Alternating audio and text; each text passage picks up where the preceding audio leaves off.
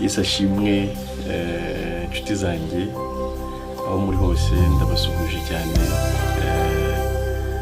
kuri uyu mwanya ngiye gufata kugira ngo tubane ijambo ry'Imana, ijambo ry'ubutumwa bwiza, ijambo rikiza, ijambo ribohora, ijambo rikura umuntu mu rupfu rikamugeza mu bugingo, ijambo riremera umuntu ibyiringiro bizima, ibyiringiro bidakoze isoni, ijambo rihesha umuntu kugira umutima ushyitse, ugashyira mu gituza, ugashyira mu gitereko, umutima utajahaguritse, umutima udahuzagurika, umutima uminjiriwemo amahoro ava ku musaraba wa Yesu Kristo, amahoro atangwa no kumenya neza ko nta kibazo umuntu afitanye n'Imana, ko icyo bari bafitanye Yesu yagikemuye kandi ko yagikemuye by'iteka ryose. Ndabashimiye rero, nkomeza kubifuriza kugira ibihe byiza aho muri hose, inshuti zacu ziri muri Amerika, Canada, mu Burayi, Afurika yose, Aziya, aho muri hose ndabasuhuje cyane, mbifuriza gusenderamo n'amahoro ya Kristo. Mu by'ukuri nanone gukomeza kuba abambasaderi ba Kristo, ndabashimira aho muri hose mukaba abambasaderi b'ubutumwa bwiza, mukomeza gufatanya natwe kwamamaza ubutumwa bwiza ku isi yose. Rero sinabura kubibashimira, muhagarare igitwari, muhagarare ikigabo, kuko biragoye kuvuguruza ikinyoma Satani aba nawe akomeza kugenda yimika mu bantu, ariko ubwo dushorewe na Nyagasani, ubwo ari we wadutsindishirije, azakomeza no kudutsindishiriza muri ibi ngibi, kuko ni Pawulo yandikiye Abafilipi arababwira ati icyo nzi cyo nanone ni uko Imana yo yatangije umurimo mwiza muri mwebwe izawukomeza inawusohoze kugeza ku manza ya Nyagasani. Ubu ni ubutumwa bwiza rero mu by'ukuri bwonyine bubasha gukiza, nta bundi bubaho, nta bundi uzumva ukabasha kubohora umutima wawe, guhesha amahoro, guhesha ibyiringiro, guhesha gukomera, guhesha kugubwa neza, gutekana. Nta yindi nzira ihari itari iyi ijambo ry'Imana. Biragoye kuba mu isi umuntu afite ubwoba, yumva ko azarimbuka, yumva ko Imana ari umwanzi we, yumva ko Imana ibereye nk'umwenda kuko ntacyo maze gukora wishyura Imana. Ariko Imana ishimwe ko twamenye neza ko Yesu Kristo ntacyo yasize atatwishyuriye, nta kibazo na kimwe kigihari hagati yacu n'Imana, ariko nta kintu tubikesha Yesu Kristo. Mu by'ukuri rero ijambo nifuje ko tuganira uyu munsi ni ijambo risa nkaho rikenewe na buri wese nanone, kuko ni ijambo rijyanye n'amaturo. Abantu bahamagarira abandi gutanga, bati nudatanga ibi Imana ntishobora kukwemera, nudatanga ibi ntabwo Imana yakwemera, nudatanga ibi ntabwo uzajya mu ijuru, nudatanga ibi ntabwo uzabona imigisha. Ni ijambo dushobora kuvugamo ho umunsi umwe, kuko ni ijambo rinini rirerire tuzakomeza kuganiraho tureba inkomoko y'ibyo bintu, ariko uyu munsi nifuza ko tuvuga ku magambo make gusa, make ari mu butumwa bwiza nk'uko bwanditswe na Mariko igice cya 12 umurongo wa 42 turaza no gusoma mu Efeso igice cya 5 ahari gusa kabiri. Ntabwo bafata umwanya munini, reka dusome ubutumwa bwiza uko bwanditswe na Mariko igice cya 12 aravuga ngo umupfakazi wari umukene araza atuma amasenge abiri ariyo kuruta, ahamagara abigishwa be arababwira ati ndababwira ukuri yuko uriya mupfakazi atuye byinshi kuruta ibyo abandi bose batuye. Reka dusome n'uwa 44, kuko bose batuye ibibasagutse, ariko we mu bukene bwe atuye icyo yari asigaranye, aricyo yari atezeho amakiriro. Imana ishimwe cyane. Ndagaruka cyane mu by'ukuri ku busobanuro bw'icyo uyu mupfakazi yakoze. Ubundi ijambo ry'Imana ntabwo ari izi nyuguti abantu basoma, ahubwo ijambo ry'Imana ni ikirimo, ni icyo Imana yo ubwayo mu buhanga bwayo, mu bwiru bwayo, mu gukomera kwayo no mu kubitangaje cyane, nicyo yashatse kuvuga kiruta kure icyo umuntu yatekereza mu bwenge bwe, kuko ubwenge bw'umuntu ntabwo bushyikira iby'Imana iyo ivuga cyangwa se ikora. Ni ukuvuga ngo keretse Imana iguhishuriye ikikoze cyangwa se ikivuze, naho ubundi nta bushobozi umuntu afite mu bwenge bwe bwo kumva icyo Imana yavuze cyangwa se icyo Imana yavuze.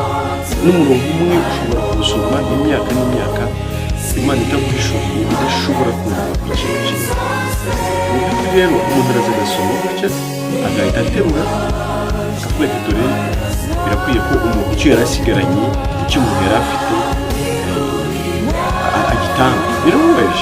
Birababaje nk'iri jambo umuntu ararikoresha akagenda akabwira abakene bo mu giturage mu cyariyo, akabwira ati akantu wari ufite, niba ari agahene k'ubudehe baguhaye gatanye, niba ari inka yitange, niba ari ikintu cyose waba ufite wari ucungiyeho, wari utezeho amakiriro, kizanira Imana. Imana nayo irakwishimira, Imana izaguha n'ibindi, Imana izagukubira, Imana izagukubira gutya n'ubuteka.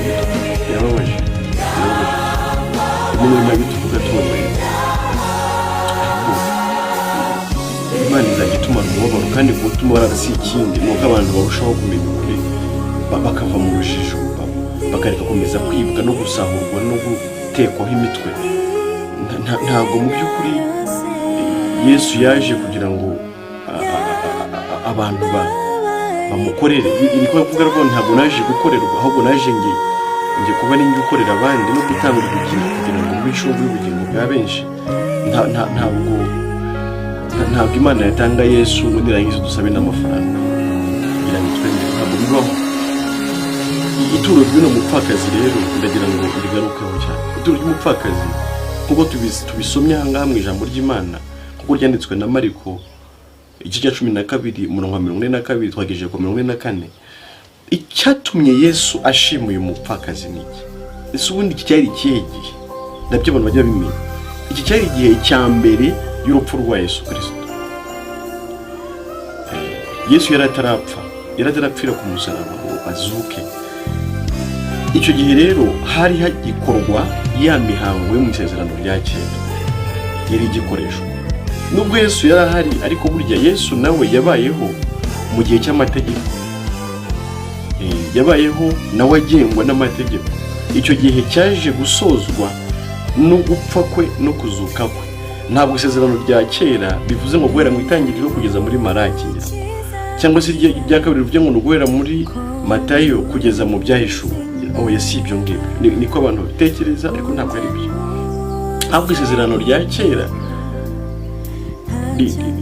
bivuze kugeza igihe, ni ibyagengaga abantu, ni iby'Imana yasabaga abantu, kugeza igihe Yesu yapfiriye ku musaraba. Kuko apfiriye ku musaraba niwe wari utanze, navuga ngo igihe cya transition. Yaravuze ko noneho habayeho kuva muri bimwe no kujya mu bindi, habayeho ko bimwe birangiye. Niyo yavuze amagambo akomeye avuga ngo byose birarangiye. Ni ukuvuga ngo ibyo Imana yasabaga abantu gukora kugira ngo ibemere biciye mu byo bo bakoze birarangiye. Noneho igihe gikurikiyeho rero ni igihe cyo kwemerwa biciye muri njye, ni igihe cyo kwemerwa biciye mu iki ngiki hose. Niyo mpamvu birivuga ngo icyo gihe umwenda ukinze ahera h'urusengero utabukamo kabiri. Wowe ukibeshya abantu ngo bubakiye urusengero, urabeshya umutekamitwe, uri umuhemu cyane. Umwenda ukinze ahera h'urusengero utabutsemo kabiri, ubu urusengero narwo rwari rusenyutse, urusengero rwari rutaye agaciro.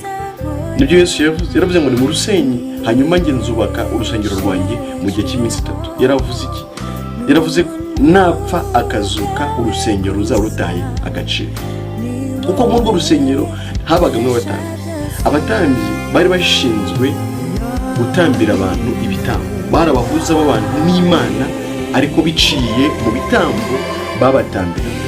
Abo batambyi rero nabo bahabwaga icyacumi ndetse n'amaturo. Wowe surinde babaga mu muryango wo kwa Lewi.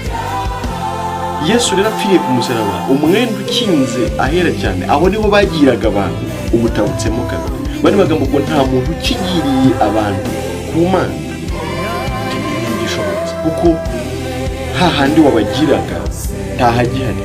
Imana mwene magambo ntabwo igikorera muri urwo rusengero rwo mu buryo bw'abantu. Ibyo tuzabiganiraho cyane turebera hamwe uburyo n'urwo rusengero rutakiriho. Ubeshya ngo ubakiye mu rusengero, si byo.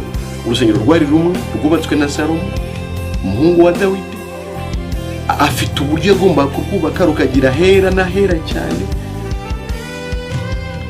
Wowe iyo nzu wubaka ukabeshya abantu ko ari urusengero, ngo niba ruzaniyemo icya 10 n'amaturo, niba nguru umutambyi wo kwandera uroko areba ise. Reka nivugire rero nigarukire hano. Uyu mugore yatanze ituro rifite icyo risobanura, niyo mpamvu Yesu yarigarutseho kurusha ibindi byose abantu bakoze. Ituro yatanze risobanura iki? Ituro yatanze kuki yarigarutseho? Yesu yarigarutseho kuko ryari ituro risobanura we ubwe, risobanura Yesu ubwe. Kuko n'ubundi gifite akamaro kuri ubu kugeza ku mperuka y'isi, nicyo Yesu yakoze. Niryo turo rikomeye, niryo turo Imana idusaba, nta rindi turo. Ni ukwemera icyo Yesu yakoze, kuko Yesu niwe twitangiye akatubera ituro Imana yashaka. Ngo umudamu yatanze amasenga 2 ahwanye n'ikuta rimwe, ari ryo ryonyine yari afite. Imana niyo yonyine yatanze umwana wayo w'ikinege, ari we wenyine yari ifite. Niyo mpamvu igituro ryashushanyaga Yesu, akaba ari nayo mpamvu Yesu yarigarutseho akavuga ati uyu nguyu none atanze ituro rihura n'uko nshaka, atanze ituro rishushanyanye, atanze ituro rishushanya icyo Imana izakorera abantu ubwo izababonera ituro iyo ubwayo yishima. Ntabwo yaritanze ngo tujye tubwira abapfakazi ngo ribazane n'udusahani baruriragaho abana ibiryo cyangwa abashyitsi. Ntabwo yatanze ituro ngo tubwire abantu ngo genda mu rugo ufate televiziyo wari ufite uyituzanire. Ntabwo yatanze ituro ngo tubwire abantu ngo ya modoka wari ufite imwe yonyine wagendagamo genda uyizane. No, ubucuritse ibintu. Ahubwo yaritanze kugira ngo uwatazatanga imodoka ye. Yaritanze kugira ngo Yesu yitanze kugira ngo noneho utazatanga cya kindi cyawe wari ufite. Noneho nawe ahubwo gikoresha ushima, uvuga ati ndagushima Mana ku bwa Yesu, we wambereye ituro kugira ngo njyewe ntazakwa n'utwo nari mfite. Ituro ryawe ntabwo Imana ishaka, nta kintu cyawe wabona wahimana. Ukiza kuba gihari Yesu ntabwo yari kuza. Abaheburayo 10 uzasomeye kugeza ku murongo wa 10 urebe uburyo Imana ivuga. Yesu yaravuze ngo ibitambo n'amaturo ntabwo Imana yabishatse, ntabwo yabyishimiye, ahubwo yateguye Yesu kugira ngo aze atubere igitambo, atubere ituro, atubere n'umubabwe uhumurira Imana neza. Umubyeyi rero Yesu yamushimye kubera icyo ngicyo. Yatanze ituro riri prophetique, yatanze ituro rimuhanura, yatanze ituro rimushushanya. Ariko ibyabayeho byose mbere y'urupfu rwa Yesu byahanuraga Yesu, n'amategeko yavugaga Yesu uzaza, akaba ari we wuzuza noneho iby'Imana yategekaga abantu batari kubasha gukora. Akaba ari we noneho waje kubikora mu cyimbo cyacu kugira ngo twemererwe mu byo Yesu yakoze, atari mu byo twebwe dukora. Yesu aramushima, aravuga ati abwira abigishwa bati dore uriya akoze icyo Imana ishaka. Dore uriya noneho ni we ugaragaje icyo Imana yifuza ku bantu. Icyo Imana yifuza ku bantu ni uko bemera ko ariyo yababoneye ituro rihwanye n'ibyo uriya mupfakazi yatanze. Imana yatanze icyo yari ifite cyonyine, ari we mwana wayo w'ikinege Yesu Kristo, kugira ngo atubere ituro. Nibyo Pawulo agaruka mu Befeso igice cya 4 cya 5 Kristo murambabarira umurongo wa 2 aravuga ngo kandi mugendere mu rukundo nk'uko Kristo yadukunze akatwitangira kuba ituro n'igitambo cy'Imana n'umubabwe uhumura neza. Imana ishimwe cyane. Yesu yaradukunze atwitangira kuba ituro n'igitambo cy'Imana n'umubabwe uhumurira Imana neza. Nta rindi turo, nta kindi gitambo, nta wundi mubabwe uhumurira Imana neza. Imana ikeneye ko uyitura Yesu, Imana ikeneye ko wizera Yesu, hanyuma akaba ari we uhora uyishimira. Ndagushimira Mana ko watanze Yesu kugira ngo ambere igitambo. Ndagushimira Mana ko watanze Yesu kugira ngo ambere ituro.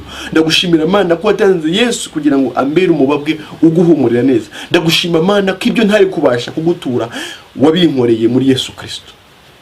Nta rindi turo, nta kindi gitambo, nta wundi mubabwe, nta kindi twashimisha Imana keretse gusa kwizera ko Yesu ari we wakoze ibyo tutari kubasha gukora. Umuririmbyi aravuga ngo nshime umwami wo mu ijuru, ngo ntange icyo mushimisha, ngo nari mboshye arambohora, ngo nari ndwaye arankiza. Ngo tumushime tumuhimbarize ibyo ngibyo. Icyo tumushimira nuko twari tuboheye mu rupfu rw'iteka, ubundi aratuboho. Atubohoje umwana wayo Yesu Kristo, atubohoje umwana we Yesu Kristo. Nta kindi dufite cyo guhereza Imana. Iri turo ry'uno mupfakazi turyumve neza, ni Yesu Kristo ryashushanyaga. Niyo mpamvu Yesu Kristo yaryemeye, niyo mpamvu Yesu Kristo yarishimye. Nawe uyu munsi nta kindi ukwiye gutanga, ukwiye kwemerera Imana ko nta kindi wabona keretse gusa gushimira Imana ku bwa Yesu.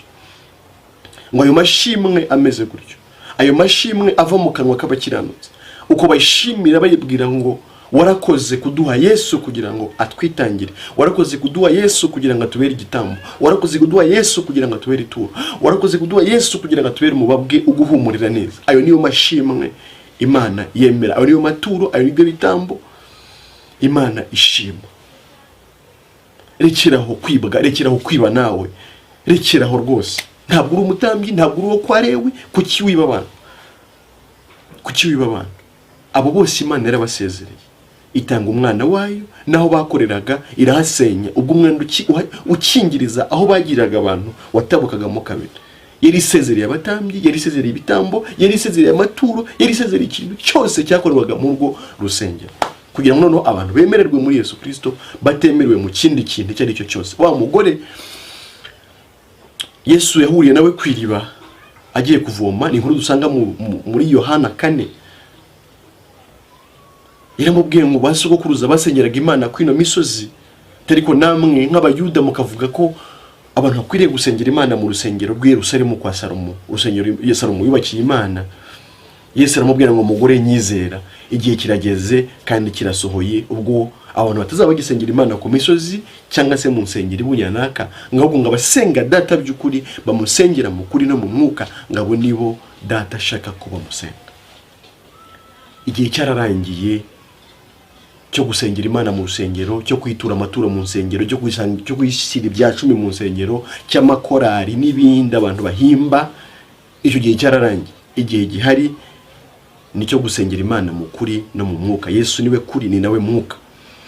Yaravuze ngo ningenzira ningiye kuri ningiye bugingo, nta wajya kwa data nta mujyanye. Niwe kuri rero. Gusenga Imana ni ukwishingiriza ku cyo Yesu yakoze. Kwegera Imana ni uko wishingirije ku cyo Yesu yakoze. Kwemerwa n'Imana ni kubw'icyo Yesu yakoze. Imigisha yose twaherewe muri Kristo kubw'icyo yadukoreye. Ni nawe mwuka yavanga amagambo mabwira, niwe mwuka kandi nibwo buke. Niwe jambo ry'Imana. Iryo jambo, uwo mwuka niwe byose. Nta kintu na kimwe twaha Imana kugira ngo Imana twemere keretse kwizera icyo Imana yadukoreye muri Yesu Kristo. Niwe turo, niwe byose. Nkuko bisanzwe Emile mwavuganaga. Emile nshimiye Imana, muvuga butumwa bwiza udashingiye ku idini ryo ryose. Singuhamagarira kwibuka idini, hoya ndaguhamagarira kwizera Yesu ugakira urupfu rw'iteka aho ngaho uri mu rugo iwawe, ukabaho uzi neza kutazarimbuka, ukajya uburyamye ugasinzira neza nkuko Dawidi bivuga muri Zaburi ngo nzajya ndyama nizigure cyane, ngo kubera ko Uwiteka ari umpa kuba amahoro. Ukaryama ukizigura ukavuga ngo nzajya mu ijuru ku bwa Yesu. Waba uri mu modoka ntuburi kwibaza ngo ubuse ngiguye ngo sinaba ndimbutse. Oya, ukajya ngo gupfa ni inyungu no kubaho ni Kristo, no gutaha ko mukiranutse nabyo ni byiza. Ukabuzi ngo ndajya mu ijuru uko byagenda kose. Uri mu kazi ukora ukabuzi ngo nzajya mu ijuru. Niba uri n'umukarani ukabuzi ngo ndikorera imizigo ariko nzajya mu ijuru. Niba uri umunyonzi ukavuga ngo ndi kunyonga igare ariko nzi ko nzajya mu ijuru kubera icyo Yesu yakoze. Ukavuga ngo no mu banyonzi Yesu yaradukunze aratwitangira. Twe ntabyo twari kubona duha Imana, ariko yemeye kudupfira kugira ngo urupfu rwe rudukiranure n'Imana, urupfu rwe rudukureho urupfu rw'iteka twagomba gupfa. Amaraso ye atume tubabarirwa ibyaha mu buryo bw'iteka ryose. Nimba uri umumotari ukajya utwara moto uvuga ngo ndashimiye Imana ko nzajya mu ijuru ku bwa Yesu, ukajya uvuga ngo ndashimiye Imana ko Yesu ari we wambereye ituro ku Mana. Ntukore udufaranga twawe kugira ngo ujye guhahira abana icyo barya, unabone verisoma ufate amafaranga yawe yashyire umuntu ngo ashyire pasiteri. Pasiteri ni igiki? Yatumwe nande? Ntukubeshya. twebwe abavuga butumwa bwiza birava ngo twaherewe ubusa dutangira ubundi, ntabwo twishyuza, icyo kirazira. Twaherewe ubusa, twahejuru ku buntu kugira ngo turangire n'abandi uko bashobora kuriho. Ubwo nibwo butumwa bwiza. Ijuru ntirigurishwa, ijuru ni impano. Birava ngo impano y'Imana ni ubugingo buhoraho muri Kristo Yesu, kandi Yesu waduhaye ubugingo buhoraho, yabuzwa n'iki kubuduhana n'ibindi byose? N'ibindi byose biza nk'inyongera z'ubugingo buhoraho twahawe. Niba uri muganga uvura ku bitaro ukabuze ngo ukajya wakira abarwayi unezerewe, uvuga ngo nzajya mu ijuru ku bwa Yesu, ukanabakorera neza, uvuga ati nanjye bangiriye neza, nanjye hari uwankunze, nanjye hari uwansindishirije, nanjye ndabakorera neza. Aho uri hose, serivisi yose waba utanga, niba uri umufundi, niba uri umuyede ku ishanti, ukajya ushimira Imana, ugaterura ubivuga ati ndagushima Mana ko wampaye Yesu kugira ngo atume nemerwa nawe. Ibiterura itafari uvuga ati ndagushima Mana ko nzajya mu ijuru kubera Yesu. Ayo niyo maturo Imana ishaka. Uko kuyishimira kubera icyo yagukoreye muri Yesu Kristo, niko kuyitura ibitambo, niyo maturo ayinezeza. Nuko tuyigarurira Yesu tuvuga ati ku bwa Yesu turagushimira. Nta kindi dufite twaguhereza, nta kindi twari kubona, n'ubu ntacyo dufite, ariko turagushima ku bwa Yesu. Uba dukiranuye nawe, uba twunze nawe. Icyo waba ukora cyose shimira Imana ku bwa Yesu. Niba utwara imodoka, ukaba uri mu modoka ugenda, ukaba uri kunyumva, shimira Imana. Bwira Imana ndagushimira ku bwa Yesu. We wankiranuye nawe, we wanyunze nawe, ukaba ntacyo kinsaba kugira ngo unyemere, keretse gusa gukomeza kukwamamaza, gukomeza kugushimira, kuvuga ibigwi byawe, kuvuga amashimwe y'icyo wankoreye muri Yesu Kristo. Twara abagenzi neza, ushimira Imana ku bwa Yesu. Wigira igihunga cyo kuvuga ngo uzarimbuka, ariko wana roha imodoka. Niba utekereza ngo uzajya Gehinomu, twara imodoka neza, shyira umutima mu gitereko, tekana. Yesu yagukiranuye n'Imana, yarakoze Yesu. Niyemire rero nshimiye Imana. Inshuti yanyu, ushaka kumvugisha, ushaka kunyandikira kuri WhatsApp, nyandikira. Ushaka kumpamagara, mpamagara. Ushaka kungana, ushaka ko tubonana, byose birashoboka. Nimero ni 0784 42 57. Utari mu Rwanda shyiraho code +250 7 8 42 57. Imana ishimwe ku bwa Yesu. Imana ishimwe ku bw'igitambo yatuboneye muri Yesu Kristo. Imana ishimwe ku bw'ituro yatuboneye muri Yesu Kristo. Imana ishimwe ku bw'umubabwe wihumurira neza yatuboneye muri Yesu Kristo. Imana ishimwe none ndetse n'iteka ryose. Amen.